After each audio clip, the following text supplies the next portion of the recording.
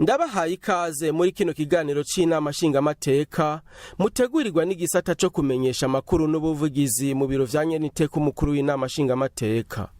Nkuko bisanzwe uko amezi atatu aheze abashingamateka baraja mu karuhuko k'ukwezi aho baheza bakagendera bene igihugu babashize imbere ngo babaserukire. Kabari n'akaryo keza ko gusangira nabo ikiyago kubijanye n'ubuzima bw'igihugu, gufashanya ibikorwa vy'iterambere rusangi, kubatera intege mu iterambere no kumviriza ivyifuzo vya bene igihugu muri rusangi. Kuva ku munsi wa mbere igenekerezo rya 25 gushika ku igenekerezo rya 27 Mukakaro umwaka w'2022 icegera ca mbere c'umukuru w'Inama Nshingamateka nyakubahwa Sabine Ntakarutimana yaragendeye intara ya Muyinga ari kumwe n'abashingamateka n'abakenguza amateka batowe muri iyo ntara.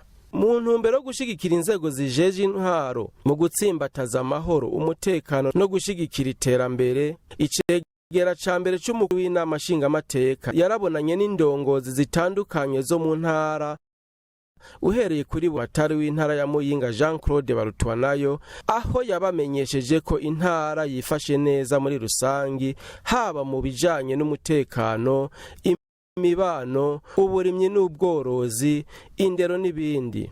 Naho biruko ibibazo vyo ntibibura, nko kubura abigisha bakwiye mu mashure, ivyo bigatuma inyigisho zitakaza kanovera. Ikibazo c'ibura ry'amatara ku migwa mikuru y'amakomine amwamwe, hamwe rero na ya ngwara y'inyonko yateye ibitungwa ikaba yagiye iribonekeza mu makomine amwamwe y'intara ya Muyinga. Icegera ca mbere c'umukuru w'Inama Nshingamateka yaragengaho mu ntara ya Muyinga imigambi y'iterambere iriko iraharangurirwa, yaba inyubakwa rusangi canke iz'abikorera utwabo, hamwe n'amahinguriro mato mato y'abikorera utwabo. Aha rero twovuga nk'igorofa igeretse kane izokoreramwo buramatari n'ibindi biro vy'intara biriko vyubakwa ku mugwa mukuru w'intara ya Muyinga, hamwe n'inzu igeretse gatatu nayo nyene iriko irubakwa ngaho nyene ku mugwa mukuru, ikaba izokoreramwo musitanteri wa komine Muyinga hamwe n'ibindi biro vya komine. Icegera ca mbere c'umukuru w'Inama Nshingamateka yaragendeye kandi amasoko atatu nayo nyene akiri mu bwubako, ayo nayo akaba ari ku misozi ya Cumba, Mukoni na Cibare. Ayo masoko azobaje gusahiriza abahunguka bifuza kwiyungunganya mu vy'urudandazwa bahora babura aho bakorera,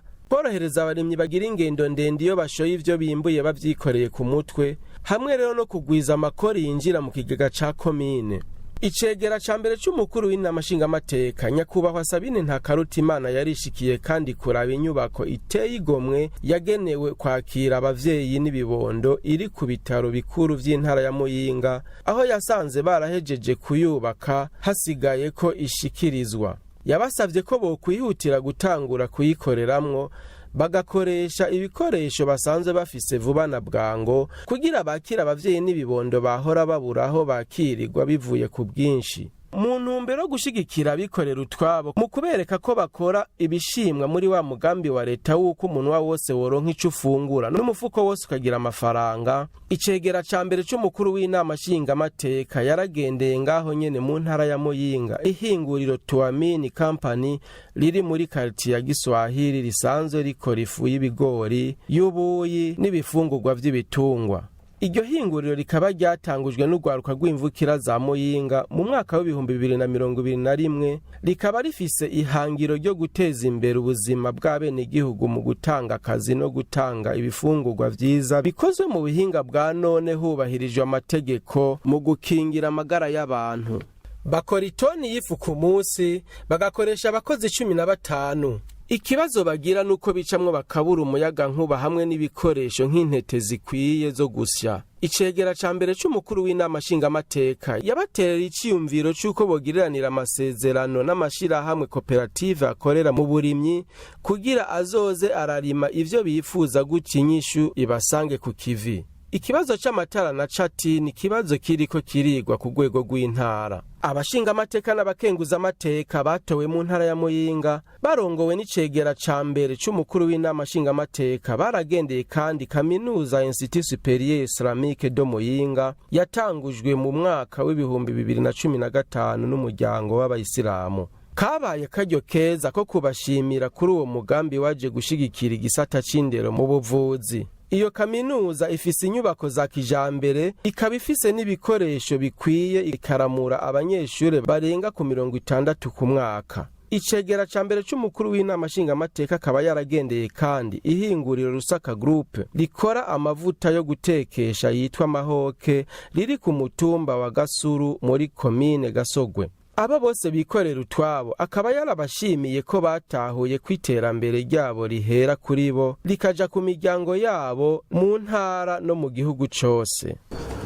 Muri ya ntumbero turimo yo mu karuhuko kuko kwezi turi kumwe n'abashingamateka batowe mu ntara ya Muyinga, uno munsi twigiriye inama yuko tugendera abasanzwe bariko barakora ivyabo. Ico vyigisha ubwa mbere ni ukubereka ko ivyo bakora tubishima, ko ari biza gufasha mu iterambere ryabo, iterambere ryabo, iterambere ry'imiryango yabo, ariko n'iterambere ry'aho baba bakorera, iterambere ry'intara, iterambere ry'igihugu. Ivyo rero nk'abatowe n'abenegihugu turabihagararako cane, kuko uretse kubatera intege birerekana n'abenegihugu duserukira ko bariko bararonswa vyangombwa, kuko mwabonye aho twagiye duca, haba hariya bahingura ifu y'ubuyi n'ifu zitandukanye. Ico twabanje kubabaza nuko ivyo bahingura bizwi kandi bikurikije amategeko, y'amategeko ya BBN, kugira twumve ko ivyo bahereza bene gihugu babikwije vyangombwa. Bitubwiye ko bafise certificat ya BBN, no ngaha bahingura ano mavuta ava mu bihoke, naho twahishikiye dusanga vy'ukuri nabo bariko barahingura ibintu novuga biza gufasha umubiri, kuko ata bindi bintu bongeramo muri ivyo bihoke bakoresha. Ni ibintu rero twashimye cane, tukavanga no kubatera intege. Hose twagiye dusanga ko ingorane bafise ya mbere ari yuko bataronka ivyo bakoresha, bimwe bita matière première. Bakaba rero baja mu ntumbero ya nyene icubahiro umukuru w'igihugu cacu c'u Burundi, yuko baca basaba amakoperative bakorana kugira ejo haza ivyo bakoresha bizoheze biboneke bitarinze gutera ingorane. Ni ukuvuga ko nabo bashigikira cane mu iterambere ry'igisata c'uburimyi ndetse n'ubworozi. Muri urwo rugendo yarimwo mu ntara ya Muyinga, icegera ca mbere c'umukuru w'inama nshingamateka nyakubahwa Sabine Ntakarutimana yarasangiye ikiyago n'indongozi mu gisata c'indero. Imvo yari iyo kurabira hamwe ibijanye n'indero hamwe no kubatera intege mu mabanga bashinzwe. Umuyobozi w'indero mu ntara ya Muyinga yarashikirije ahanini ingorane bafise, izo nazo zikaba ari urugero runini rw'abana baheba amashure rushika ku bice 4.7%, ubwinshi bw'abanyeshure gushika naho bakira abanyeshure bangana 120 ku kirasi kimwe, ubukene bw'intebe, ibikoresho vy'ishure n'abigisha, hamwe rero n'abanyeshure batwara inda z'indaro. Amaze kumviriza ivyiyumviro vyashikirijwe, icegera ca mbere c'umukuru w'inama nshingamateka yabanje kubasigurira ko abashingamateka badafata ingingo mugabo ko bashikiriza ivyifuzo vyabo ku ndongozi zibijejwe aho bikenewe hose. Ati bogereranywa n'ikiraro hagati y'abenegihugu n'indongozi. Yarabahanuye ariko kandi ko ingorane zoja ziratorerwa inyishu zivuye muri bo nyene, akabahanura gukorana n'indongozi z'amakomine mu kuraba ingene boronswa intebe, yongera ahimiriza abavyeyi kugarukira indero y'abana babo. Ikibazo nyamukuru ca mbere twumvise ni ikibazo c'abanyeshuri baheba amashuri. Taux d'abandon scolaire iri hejuru. Yatubwiye ko 4.7% aharuye baheba amashuri. Ni benshi kuko uno munsi bama bavuga ko dutongo twaze, uno munsi agatongo k'umwana kari mu mutwe mw'ishuri, kuko niyahezaga ishuri azoba afise ububasha bwo gushobora kwitunganiriza ubuzima. Naciye nibaza nti none ko twavuze ko twaje guhanahana ivyiyumviro, iki kintu twogitorera umuti gute? Ubwa mbere hari uwabishikirije ni uko twese tukigira icacu, ntikibe icaba bajejwe indero mu ntara gusa, ntikibe icamwebwe mujejwe indero mu makomine, ntikibe ica abadiregiteri canke abayobozi b'amashuri, ntikibe ic'abarimu gusa, ahubwo kibe ikibazo ca twese. Aha tugira Imana ko abajejwe intwaro bari ngaha, ndazi ko hari inama twigeze kugirira hariya ngaha nyene kiragaruka, cane cane ko ubu twimirije gutanga ubundi mwaka w'ishuri. Dusabe ba nyakubahwa mujejwe intwaro, mu bikorwa byose mukora mudufashe kumenyesha abavyeyi ko ata muvyeyi arekuriwe kwakira umwana yikuye mu ishuri, kuko nivyahera mu kibano. Kumwe kera bavuga ko umwana atari uwume, inzi ko umwana wa kanaka yarageze mu mwaka wa 6, ariko bukeye nkabona ntariko araja kw'ishuri, bukeye kandi nkabona ntariko araja kw'ishuri. Twese tukigira icacu. Iki kicara kijana n'ico mwashikirije mwebwe mwaserukiye buramatari, mwe hariho n'abandi babishikirije, ati ubwo ntihoja nk'ibwirizwa canke itegeko rihana mwene abo bavyeyi imbere y'uko dushika kw'ico gihe tubanze dushire ingufu kuri sensibilisation, tubanze twumve ko twebwe twese Imana yateye iteka ryo kugera aho dushitse. Uronsa akaryo ko kugira inama nk'izi, uronsa akaryo ko kugendera ku mutumba, uronsa akaryo ko kugendera mu kibano, amenye kwica ategerezwa kwibutsa abavyeyi, kuko nimba twebwe abavyeyi bacu baratwigishije, uno munsi turiko turarenza imyaka 50, ntivyumvikana umuvyeyi w'uno munsi ashobora kumva ko yokura umwana mw'ishuri akagira amahoro. Aha tugira Imana ko dufise abihebeye Imana ngaha, kandi turabashimira kuko barabifasha cane. Nabo bakomeze, namwe mukomeze muri iryo banga mwatewe, kandi mwebwe burya barabumvira cane, kuko abandi hari igihe bibaza ngo ni politike canke n'ibiki, ariko bumve ko agateka k'umwana kari mw'ishuri, gutyo bizotuma iki gice c'abana bari b'amashuri kigabanuka. Ikibazo c'abarimu badakwiye, cane cane muri maternelle no muri poste fondamentale, niho twabonye ko ari bake cane. Nagize impungenge numvise ko hari ishuri usanga ririko abarimu 2, ndagira impungenge numvise ko hari ishuri ririko umwarimu 1, ndagira impungenge numvise ko hari ishuri umuyobozi ari we yijya akimara muri vyose. Aho yakarite turondera ntayo twoshikana.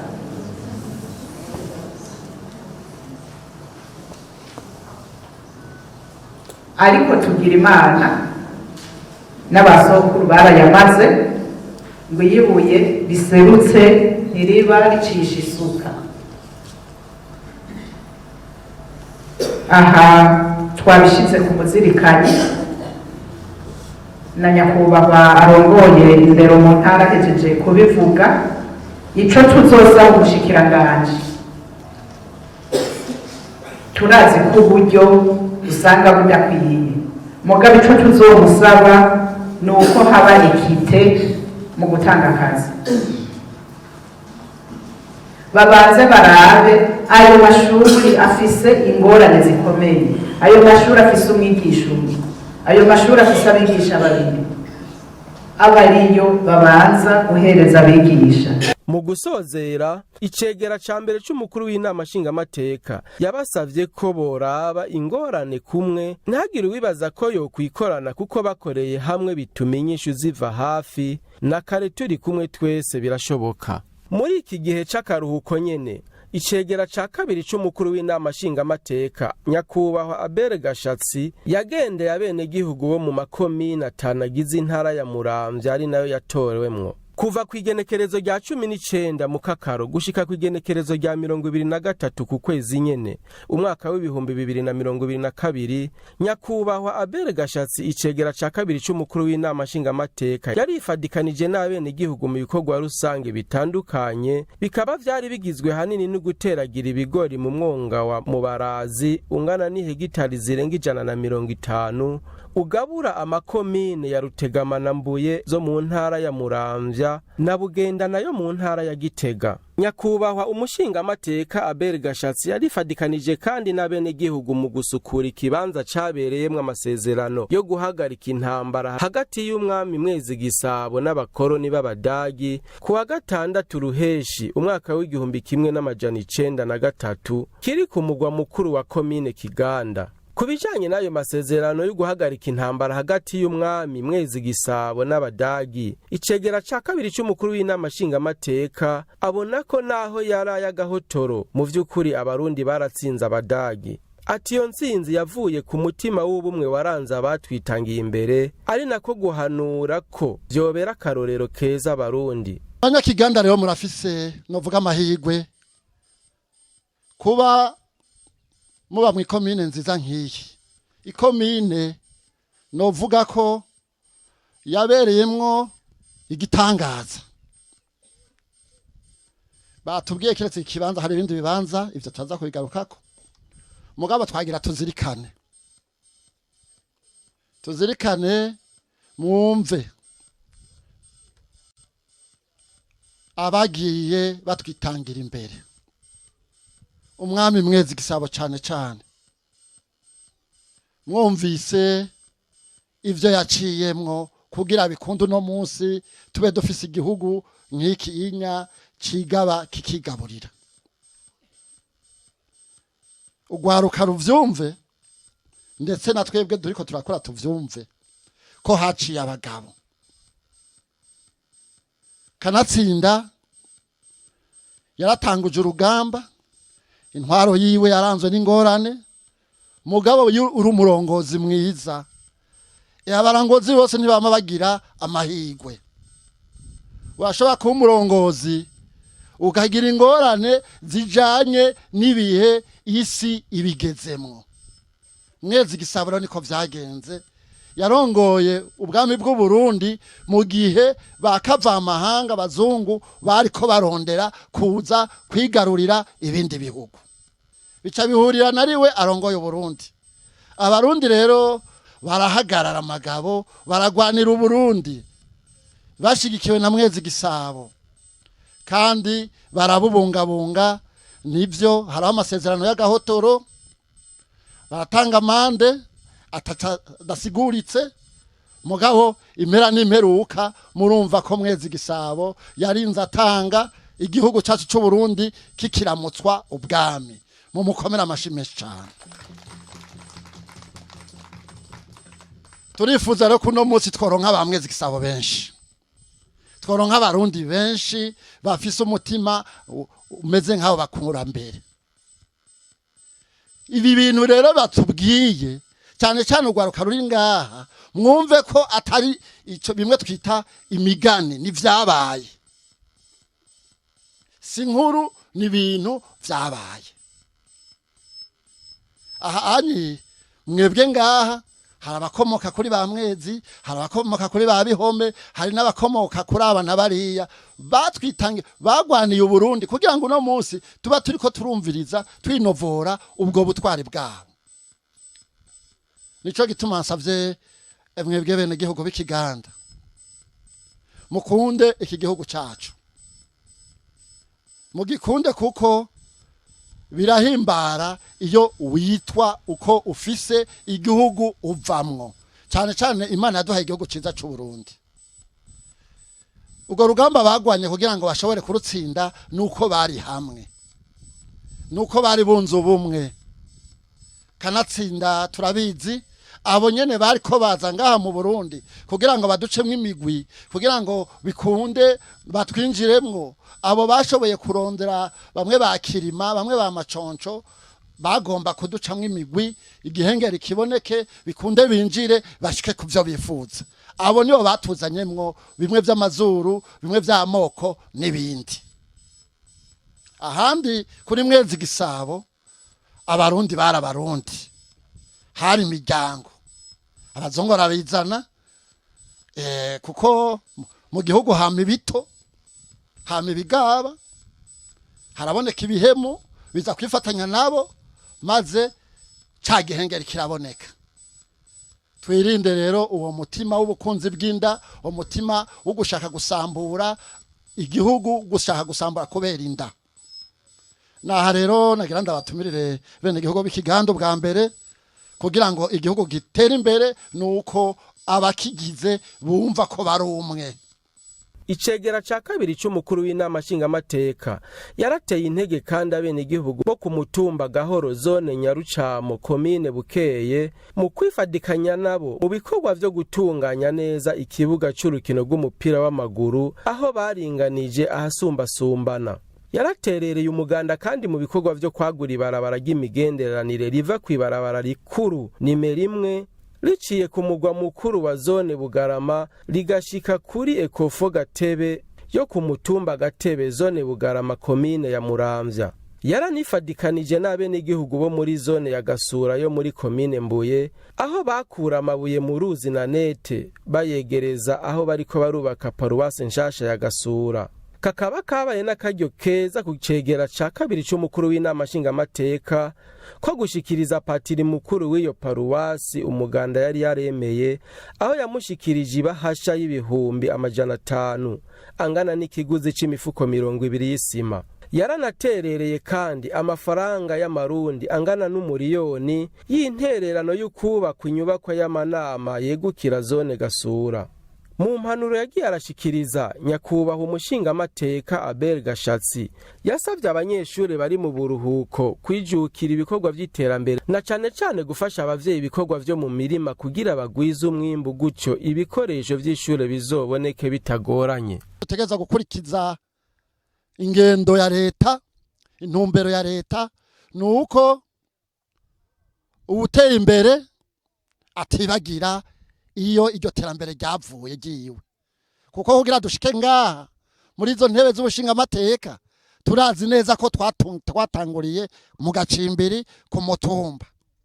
Ntawagurutse, ntawavukimbuye ngo nawe no ngo acatangura kuja kwiga mu Bufaransa. Utangura kwiga muri primaire ugasubira muri secondaire, kandi aho hose uca ababanyi, abagenzi, inshuti baradutekerera akagori agahamba. Nico gituma rero ubuteye imbere yategereza kwiyumvira iyo yataye uruzogi. Naha rero twaje ngaha kandi mu kiringo cici. Ndakeje rero indongozi za komine Rutegama, indongozi za komine Mbuye, ndetse n'indongozi z'intara ya Muramvya, ukungene mwashize abene gihugu ku kivi. Kanatsinda birumvikana muri uno mwonga wa Mubarazi, umwonga ungana gutya, ibi bene gihugu nababwira yuko ni ingabire y'Imana. Kuba mufise umwonga nk'uyu, hari izindi ntara, hari andi makomine yifuza umwonga, yifuza n'ahantu hari umwaba umwe ntiyaboneke. Muga murumva amahegitari mufise mushobora kuvyaza umusaruro mu gihe nk'iki. Rero uyu mwonga mu bungabunge, uyu mwonga mu vyaze umusaruro. Turashima kandi ko muri ku kivi, muri ko murabikora. Nagira ndabasabe mukomera amashi menshi nyene icubahiro umukuru w'igihugu cyacu cy'u Burundi, General Major Evariste Ndayishimiye. No kwemeza neza ngaha ko yatwuguruye amaso muri uno mwonga yarahagendeye inshuro nyinshi aratanga intumbero ku bene b'igihugu bo muri komine Rutegama, ku bene b'igihugu bo muri komine Yambuye, ingene uyu mwonga utoguma wiziziwe n'ibijumbu n'ibiharage n'ibigori gusa, ahubwo bozana n'ikindi gitegwa tutari tumenyereye ino ngaha muri aya makomine yacu co muceri. Mbega wa muceri mwarimbuye? Nimwimbuye neza? Nimwahimbawe? Mwarabonye neza yuko umuceri ubana n'ibindi bitegwa? Kuko harabaza bazanye inyigisho mbi ngo niba ari mu muceri ngo ntuzosubira kurima ibiharage, ngo ntuzosubira kurima ibigori. Ubu rero ni igihe ciza, turabakenguruke rero ko mwabitahuwe kandi muri ku kivi. Turanashimye kandi ko muri kino gihe cici mutabaye babandi bazi ngo muci ngo nukuruhuka. Mbega uzoruhuka ureke gufungura? Ubu no munsi umuntu atari ngaha, umuntu atari muri uno mwonga, umuntu yazindutse atagira icyo agiye gukora, ubu yamaze gusonza, yamaze kunyotegwa, yamaze kwiyumvira iyo gwahiye. Koko umuntu atari ku kivi niwe atangura gusonza. Abo bantu rero nabo dukeneye muri ano makomine yacu, nabo tugikeneye mu gihugu cyacu Burundi. Ubu no munsi uko twavutse tungana mu myaka yahera siko tungana, turi miliyoni zirenga hafi za baba 12. Mu minsi heze ngira ngo mu myaka twaruka zari miliyoni 5-6. Kandi mumenye yuko uru rusi dufise rw'u Burundi nigwe nirukweguka isiguma ari yayindi. Dutegereza rero guhindura, tugahindura ingendo, tukamenya ubwenge, tukamenya ingene tugwiza umwimbo kugira ngo wa munwa uronke ico fungura na wa mufuko uronke agafaranga mu mufuko, nk'uko tubihanurwa n'indongozi zacu. Nico gituma rero mu gihe cici murafise uruzi ngaha wa Mubarazi, mwaranatewe n'iteka, baranabubakiye na baraje yo kuvomera. Nta mpamvu nimwe rero yotuma haba n'agace na gato y'isantimetero muri uno mwonga wa Mubarazi katoba kambaye ibitegwa bituma wa munwa uronka ico ufungura n'umufuko uronka ifaranga.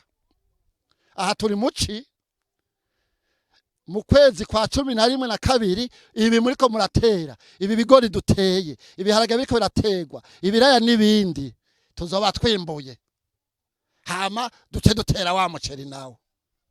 Nimwumva ko ari iterambere. Naha rero twaje kubashigikira, twaje kwifatanya namwe kugira ngo mwumve yuko mu gihe cici atari gihe cyo kurera amaboko, ari gihe cyo kurima, kuko dutegerezwa mu gihugu cyacu cy'Uburundi twarahezagiwe n'Imana.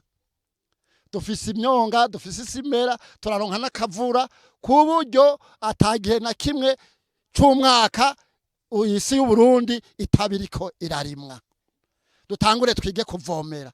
Nashimye ngaha ko hariho n'abariko bakoresha amamoto pompe.